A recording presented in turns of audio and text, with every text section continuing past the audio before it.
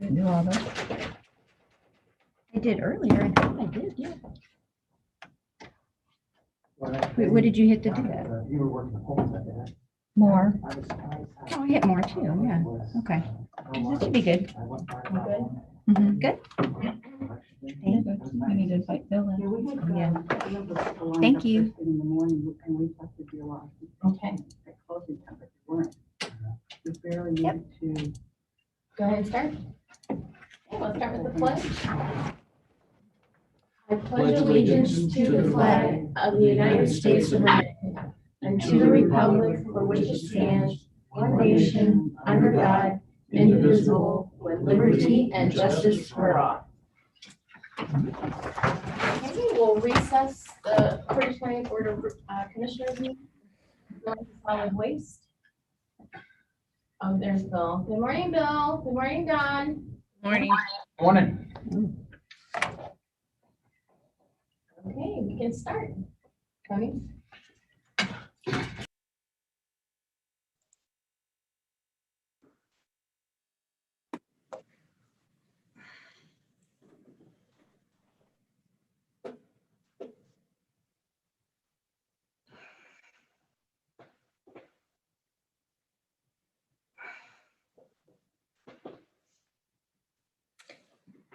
It looks like all of you are muted.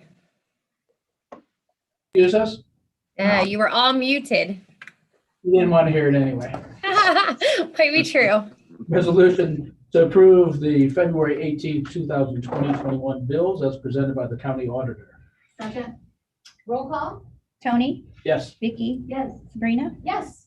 Approve the February 18th, 2021 journal vouchers as presented by the county auditor. Second. Okay, roll call? Tony, Yes. Vicky, Yes. Sabrina, Yes.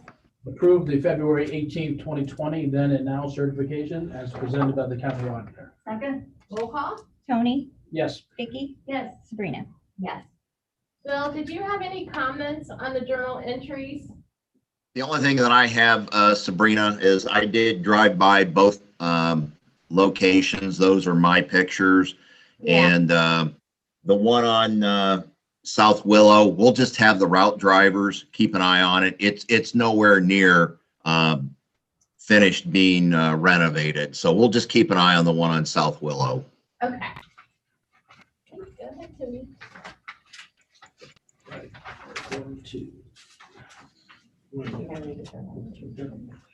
Journal entry. The Board of Commissioners agrees to remove the recycling service fees from the properties located at 415 Gobbler Avenue, Kent.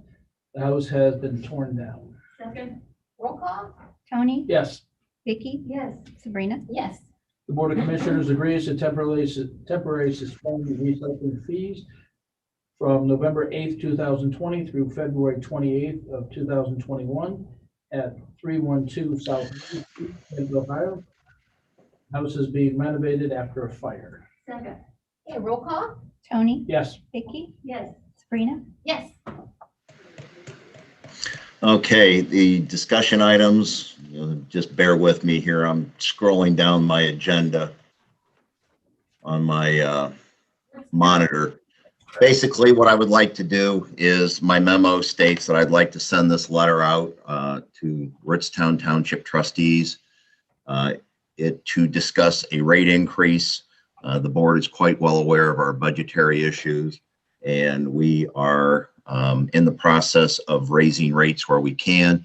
And per our contract, we have to use non-binding informal mediation through the prosecutor's office. So I would at least like to get that process started.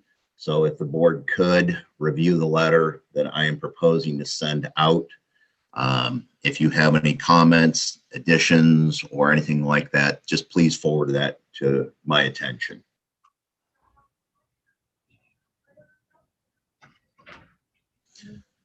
Item 2, we did send our letter out to the Brimfield Township trustees. They have accepted our rate increase to $33 for the time period of July 1st through December 31st of 2021. I also incorporated in the board package my response to them acknowledging the letter. I did send Chris Maduri an email this morning and asked him if we should just simply do a contract addendum to the current agreement. And I'm waiting for his answer. Once I get that, I'll bring that back to the board. Bill, in the first letter to Rootstown, in the third paragraph, the district has seen a very large, did you mean increase in our operation? Yeah, probably. I need to, what I need to do is I need to start giving this to Dawn before I put it in. Dawn's my in-house proofreader. So usually when I walk in with a letter, she already has her red pen out waiting for me. So yeah, I apologize. We'll clean that up before we send it out. Okay. Okay, and now, Bill, this is what the agreement was for Brentfield, because you're telling Rootstown it's gonna go up to $66 per year. Full year though. Yeah, okay, this is just for. Yeah. It will match. Okay. Yeah, it will match. The goal here, Sabrina, is to bring all the rates that we can in line so that we have equal rates across the board throughout the county. Very good. That's our goal for 2021. And as we progress through this, we'll keep the board informed. All right, thank you. I've got two more things and I'll keep it brief. I know I'm about to encroach upon my time limit, but I will bring back to the board, Vicki and Sabrina, if you remember, I had a contamination policy I wanted to implement last year. Tony, I will forward that to you. It's something I would like to bring back to the board and revive, only because our contamination rate did go up. I don't necessarily agree with the figures, but we do need to do something with that for future audits. And just so the board knows, we're going to be working on a draft policy for private roads and mobile home parks with this extreme cold weather we've had. The drivers have encountered a few roads that are nothing but a sheet of ice. They haven't either been plowed or salted. And safety first. And what we normally do is we just inform the drivers, call it in, let us know if we can contact someone to get those roads addressed, or if you finish your route, try to double back. But I think it would be in our best interest just to put a policy in place. And once we've finalized it, then we can send it out to the residents of the private roads and then for the mobile home park management. Yeah, you know what, I think that's a good idea, Bill, because I know like a lot of the parks, especially the private roads and the small parks, they don't have very wide roads to begin with, so. No, You don't no, have we actually had size. one in Ravenna, Sabrina, where the driver was concerned that he would lose control of the truck while he was going downhill. And we just simply said, don't even bother. We just inform all the drivers, call it in. It's better to err on the side of caution. We'll come back later. Okay. Anything else, Bill? That's it. Everyone have a great day. All You too, right, have a good one. Hi, guys. Thank you. Bye. I'd like to make a motion to adjourn. Second? Okay, roll call? Tony, Yes. Vicky, Yes. Sabrina. Yes. Okay, we'll reconvene. You throw me off. She called me second all the time. How you doing? Yeah, a lot better. We have jobs and families. No, human resources. Hey, Janet. Good morning.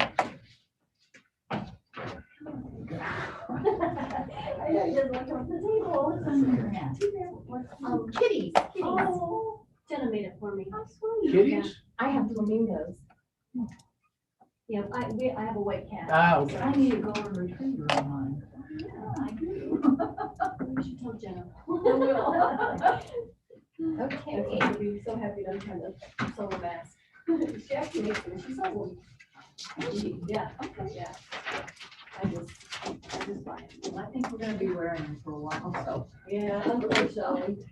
Yeah, unfortunately. Okay, Janet, so you want to discuss the flex time for exempt employees? Yeah, and so in your packet, you should have a copy of the section of the policy manual regarding the flex time. And I kind of narrowed it down on the policy, only the section that really pertains to what we're talking about, the exempt employees, including your directors.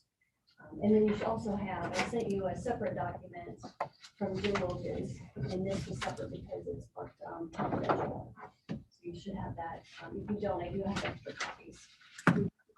Yeah.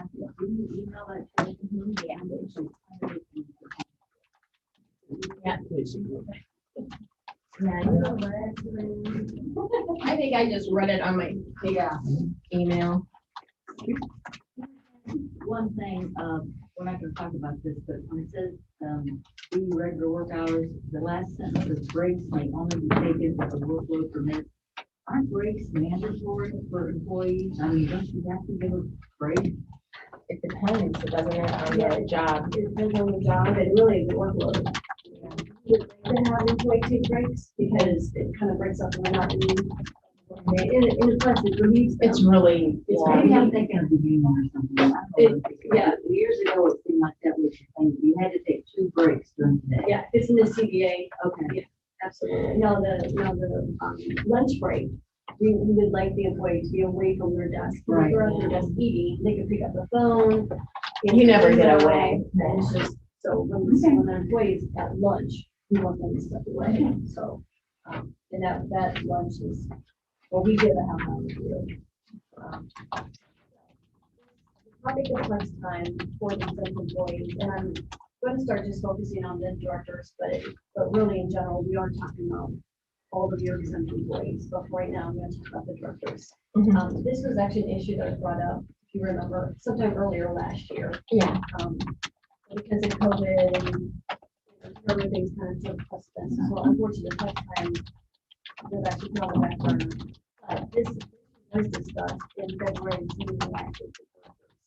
So this is still a concern. So really, I'm bringing it forward just to kind of open up the conversation about our flex time policy, our general policy. Because right now, the directors are more or less looking for clarification on the work expectations. That we have. How many hours are we expected to work a week? You know, and also the idea of banking flex time came up. But really, I'm here just to really talk and get your feel of what are the minimum, what's the minimum work hours that you're expecting directors for? Policy manual, policy really states, it's actually on the second page of the policy manual, on the very bottom, your exempt unclassified employees. Those are your directors. So in the director group, when we revised the policy manual, actually I think it was approved January of last year. We worked on this section and we did revise it, but it's almost too open, too vague, and so. Because if you got a director that can get his job done in 12 hours a week, it's not fair to someone that has to be there 40 plus hours. And I can No. see why Jim wants.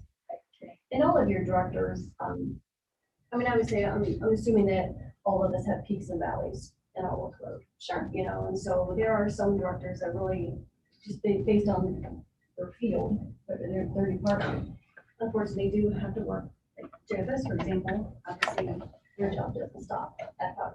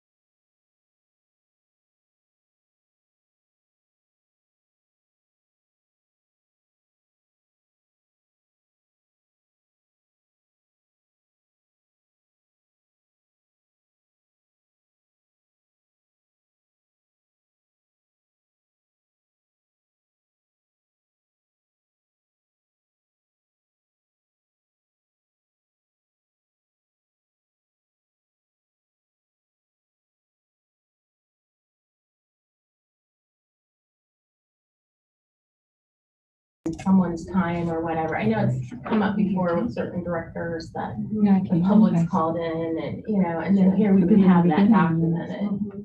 Yeah, absolutely. It has. I mean, if you're gonna, if some are doing it, might as well have everyone do it to cover all bases. Chris, do you think, do you see an issue with that? I No. mean, But also, I remember when we looked through the policy, this one section was pretty discussed, so when it comes to your directors, I know there's probably strong feelings all the way around on that, so that's something you probably want to work through. Like Jim was saying in here, if you were to establish a base minimum, say 40 hours, at the minimum 40 hours, that is a significant deviation from your current policy. language, because it does say are expected to work at odd hours necessary. So I know that was a focal point of discussion 2 years ago, so one, that naturally get your directors on board with what you're doing. Like Jim is saying, the fact that you do set a minimum number, say if it's 40 or 45, that does not change the exempt status. I can hear. So being exempt from the Fair Labor Standards Act, that means an exempt employee can work 40 hours, 60 hours, whatever, Yeah. and not subject to overtime. Now, having said that, like Jim is saying, you can, in your discretion, it's a policy decision, unlike a non-exempt employee where they have to get overtime for Mhm. anything over 40, with your exempt employees, you do not have to give them overtime. But under the law, like Jim is saying, you have that discretion. Like he was kind of saying, you might want to maybe consider saying anything above 45, you might allow some type of comp time system. Comp time for non-exempt employees is pretty clear in your manual. Yeah, Put that aside for a second. Here, you can come up with whatever comp time you want for exempt employees. It can be hour for hour, whereas with a non-exempt employee, it has to be for every 1 hour you work over, it's Yeah. 1.5 hours of comp time. yeah, With your exempt employees, it could be 1 for 1, and plus, if they were to leave, unlike an non-exempt employee, they can cash that out because they have to be paid that amount. With your exempt employees, you can set up parameters that if you don't use it, say within 90 days or 6 months, that doesn't carry over and you can't convert it to cash. well, you know, Chris, we also had a parameter that if you did get some like flex time or whatever, it had to be within the same pay period. Wasn't there a caveat to that? I mean, That's actually what if you're a non-exempt employees, they have to use the same pay period. Yeah, so that's in our policy. Right now, for your directors, it's just just the normal, I'm gonna say normal, it's your, everybody else besides the director, exempt employees. We allow them up to 2 weeks after the time that they would flex out. They can use that time within the 2 weeks. yeah. Your directors have to have their discretion. So let's say, Would we track this in Munis then? Boy, that would be something you want to work out. Yeah. Because I know in the past, the auditor's office had wanted a time that Mhm. the exempt employees earned comp time, they wanted to track. However, if you read Jim's memo, because it's not governed, like kind of what Chris is saying, Mhm. it's not governed by the Fair Labor Standard Act, you don't have to pay your exempt employees a comp, so therefore it does not have to be in Munis. It could be tracked, and again, go back to the timesheet. Mhm. I mean, really, if a director's leaving, like say, like, I need to leave tomorrow at 2. So I may put in 10 hours today, so I can leave at 2 o'clock tomorrow, 2 hours early tomorrow. You come to me and you say, Janet, can you prove to me you worked your 10 hours today? I sure can. I'm gonna show you my timesheet. We swipe in our badges, there's cameras. So, I mean, I hate to say it, but there's ways to prove something someone was here. But again, go back to the spreadsheet or the timesheet, that would track some of these hours. So if a director is coming and going as they please, and you unfortunately get a phone call from the public saying, hey, I saw so-and-so out at McDonald's at 1 o'clock in the afternoon, you can go to that director. Well, I know, like, and Bill's a good example, because he works the fair that whole week, and we always had the policy where if a director wanted to do like flex time, like he's there at the fair the entire week, he would come to us and get pre-approval for it prior to. Right. But with this, that's not necessarily the case if we put this policy in place, right? I mean, we would just be able to ask for the timesheet to verify, but as far as like the amount of hours that they're accumulating, if it's not tracked in Munis, then our only tracking system would be the timesheet. But how would we keep track that if we've got a director? I'm assuming they would come to us or come to you if they've had a lot accumulating. Yeah, and that's something else that we have to figure out. Do you want to know if someone is leaving a half a day because they've already met their 40 hours, like say for example, on noon on Friday, and they leave, or say that they worked 44 hours, so now they're gonna leave 4 hours, or, about 4 hours early. That's up to the board. Do you want to know? Do you want to pre-approve, like how Bill's doing? And you're right, Bill comes to you. And Yeah, Bill says, does. I'm gonna work 50 hours this week. I'm gonna use this as my vacation or whatever.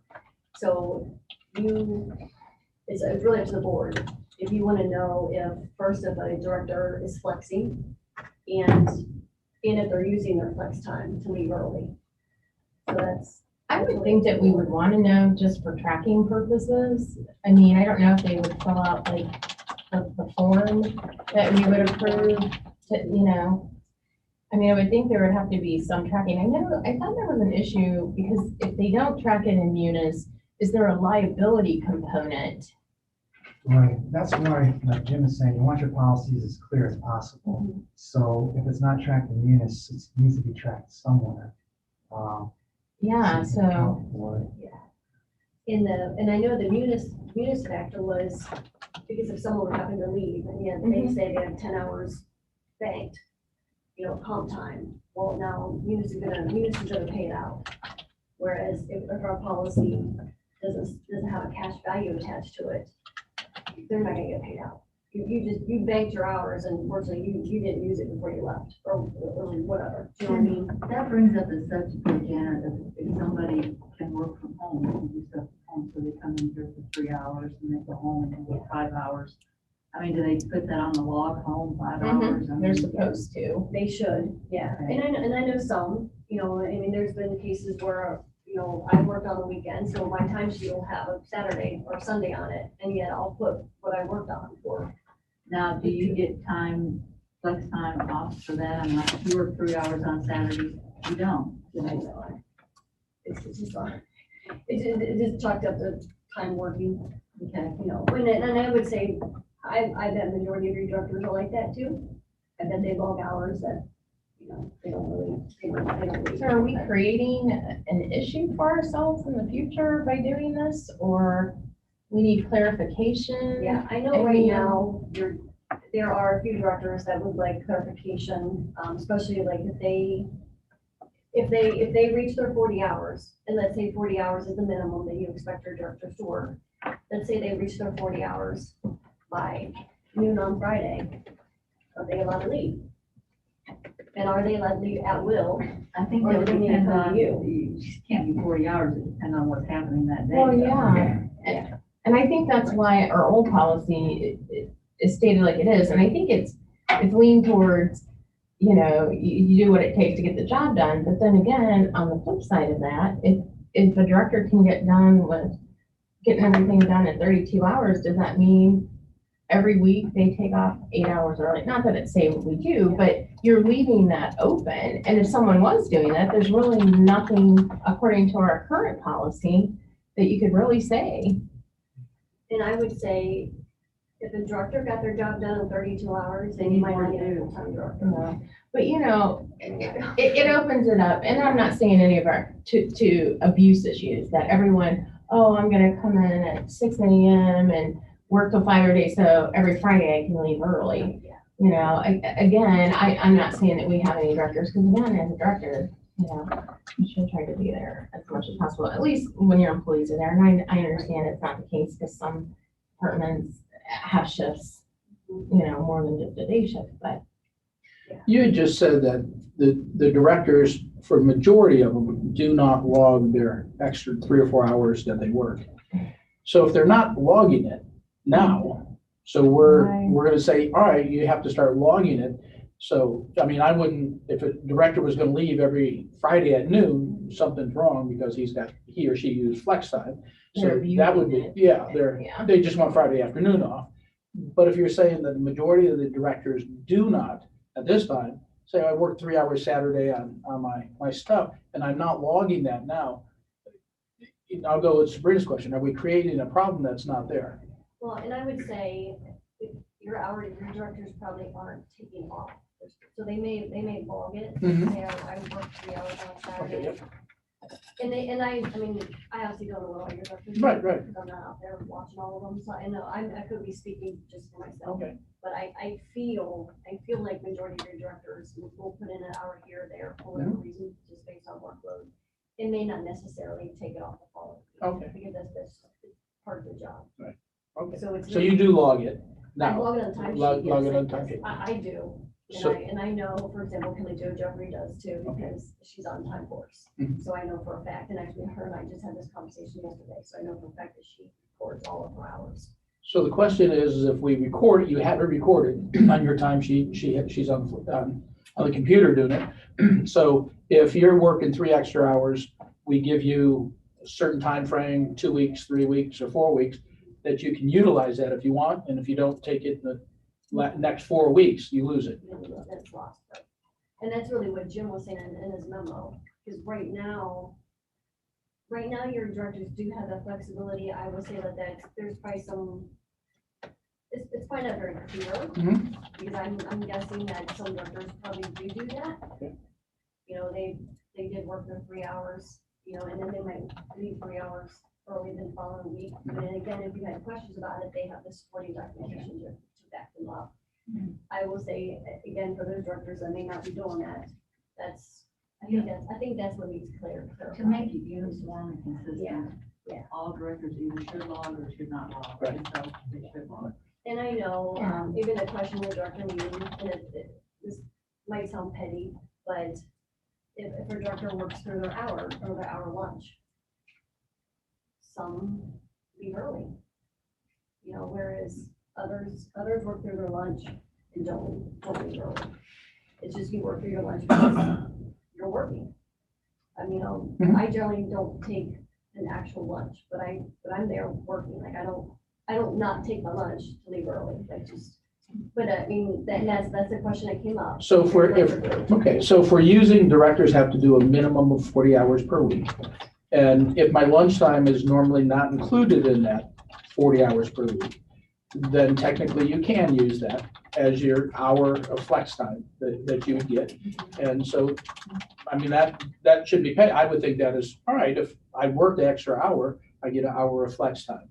And then after that, it's just like, how soon can I use that? And my carryover should only be, I think you guys said 2 weeks or 4 weeks to be able to do 2 weeks right now. Right now, it's at the discretion of the directors. So it's not clarified in the Yeah. directors. So- We're for non-exempt though. Yeah, the non-exempt, not same pay period. So I would give the non-exempt, and then you give them a little bit more leeway. They've earned it. So, hey, you've got 4 weeks to use this time or you lose it because their schedules are very different than the people that are.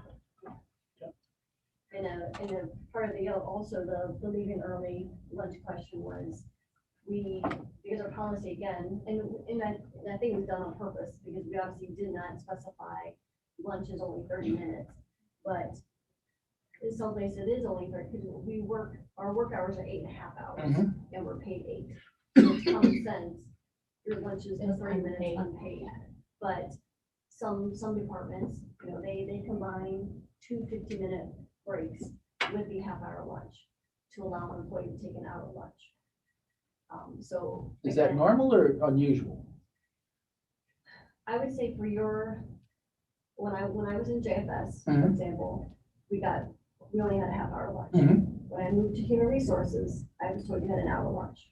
But I don't know what the hour makes up. I assume the hour is the 30 minutes unpaid lunch and 2 15-minute paid breaks together combined to make an hour. I could be completely wrong. We don't need to be assuming though. It's That's never been clarified. So do I get in trouble if I take a 15-minute break in the morning and I take my half-hour lunch? Is that acceptable or is somebody monitoring me that I take an hour? That's acceptable because our policy allows breaks. So if for some reason, if you need a break in the morning for whatever reason, you are absolutely allowed to take that break. And that is up to the director to be able to monitor that, Yes. to You do know, that. for morale purposes also, I think this is a good thing. However, I don't want to become the Gestapo. That- I mean, Especially for directors. yeah, Yeah. if the director is not doing what they need to do, we need to get another director. I mean, so, but I understand for accountability, transparency, and also, like I say, for morale purposes, because I've had a couple complaints about, I work all the time and this person doesn't. I said, back off. You know? Because really, we're all mature adults. Like I said, I don't want to become the Gestapo that's, Yeah, exactly. So I mean, I know, just my conversation with the director yesterday, we're very grateful for the discretion that's given to us. And if we need to leave at 4 o'clock one day for whatever reason, and it should be that way. yeah, we know we can't, I because agree. obviously that half hour is probably made up somewhere. Mhm. Like more than likely, we put in And a it's a half little hour. different for directors because they don't just work 8 to 4:30 or Right. whatever. They get calls after hours and on weekends. I mean, there's definitely a reason why at that level, they do have more flexibility. And that's why I was saying, are we just creating more of an issue with this? And if we have someone that's abusing it or someone that's not getting their job done because they're not working enough hours, then that's something we have to address. But I don't want to necessarily become running an adult daycare where I have to I got other things to have to worry about. And if I have to babysit you, then you shouldn't work for me because I don't have time to micromanage and babysit people. It sounds like they're just looking for a little bit of guidance, so you got 4 weeks to use it and document it. I would think. Okay, have we decided on a minimum of 40 hours? No, we haven't. Log, and then they got 4 weeks to use. And I will say, underneath section A of the section 17, and I pointed this out to the director last year. Underneath, it does define as a full-time employee means employee having a regular schedule of 40 hours. Where are you at? Underneath A. the first- Oh, A, First okay. A4. Yeah, so a full-time employee, the regular schedule is 40 hours. So I think that's where you're hearing we're supposed to work 40 hours because it's listed as, well, I'm a full-time employee. Right. So I should be working 40 hours. Minimum, as a director, and that 40 hours may be too low for a director before they get a It benefit, could be. before we give it hours, maybe 50 hours, I don't I was know. gonna say, I like the 45, because then that would include at least an hour lunch period, because, with directors, they don't punch out and punch in, or I would think 45 would probably be a little more comparable, just because, So should that be down here in the flex time, the 45, or should that be changed? Well, if we're talking about, Into I non-exempt, think it's the questions, isn't it, and the, are you talking about the director should work at least 45 hours? yeah. before they earn flex time. Yeah, so the Yeah. minimum of 40, but for 45. Yeah, 40 is your minimum before you start collecting, And Flex time. 45, after 45, yeah. Yeah, like you're banking. yes, Technically. yes. However you wanna word it, yeah. And you have to use it. If the exempt employees, or exempt employees have to use it in 2 weeks, I would give the directors, because they're directors, maybe 4 weeks to do it. Within a month. To be able to get a benefit of earning the time of work. And I don't think it's a bad thing to necessarily have them log their work, especially if we're gonna implement something like this, because whereas good intentioned as we're trying to be, And you can, and Sabrina, you brought up the leave request form. I mean, that's one thing that you could do, if the employee or the director works over 45, let's say they work 50, and they need, they're gonna use their 5 hours in 2 weeks. Well, they could put they could put a leave request in saying, because there's I think we should. and you put flex and then attach, you could attach. So we all know, your yeah. log sheet, timesheet on there showing that. Because if someone begins abusing it, how would we know? You wouldn't. Right, yeah. I So mean, you very well could do and that. not that I think that we will have it, but you know, it does open itself up to. And it should have, that's just, because if you're getting little complaints, yeah, if you're getting little complaints, then we have to put a little process in to Right. deal with it. Or we got people saying, I see this director every Friday at 1 o'clock doing this, and they should be at work, then we have backup, and we've had that before. I will, I'll work with Chris, the language, and make sure we're A-okay on the language. I could draft up some language and write back to the board in regards to the policy regarding this. Chris, you think that's specific Yeah, I of what think- Jim was trying to do or talk about? Yes, that's a good.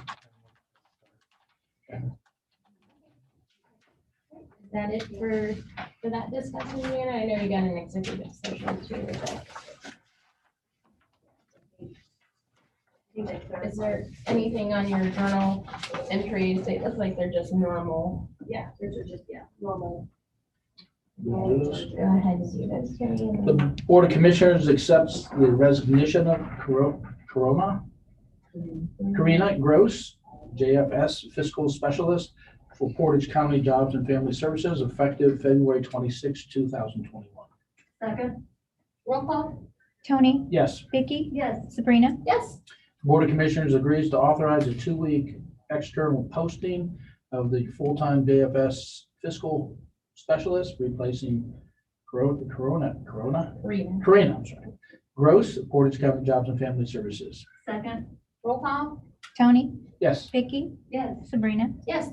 The Board of Commissioners agrees to authorize a full-time hire of Cody Altman as a maintenance 2, replacing the position previously held by Thomas Sorbjak for Portage County Maintenance Department. Anticipated start date is March 3rd, 2021. The Board of Commissioners agrees that this hire is contingent upon the applicant passing required pre-employment testing. Second? Okay, roll call? Tony, Yes. Vicky, Yes. Sabrina, Yes. Okay, you need an executive session? I'm gonna make a motion for anything. Move into executive session. Gotta read that. Motion to go into executive session pursuant to RC 121.22G1 for purpose of considering the employment of a public employee and investigating complaints against the public employee. Second? Okay, roll call? Tony, Yes. Vicky, Yes. Sabrina. Yes. We'll have a weekend. You want to see? All that? right, take care, Chris, Chris. see you later. Stay warm. Okay, thanks. Chris, am I being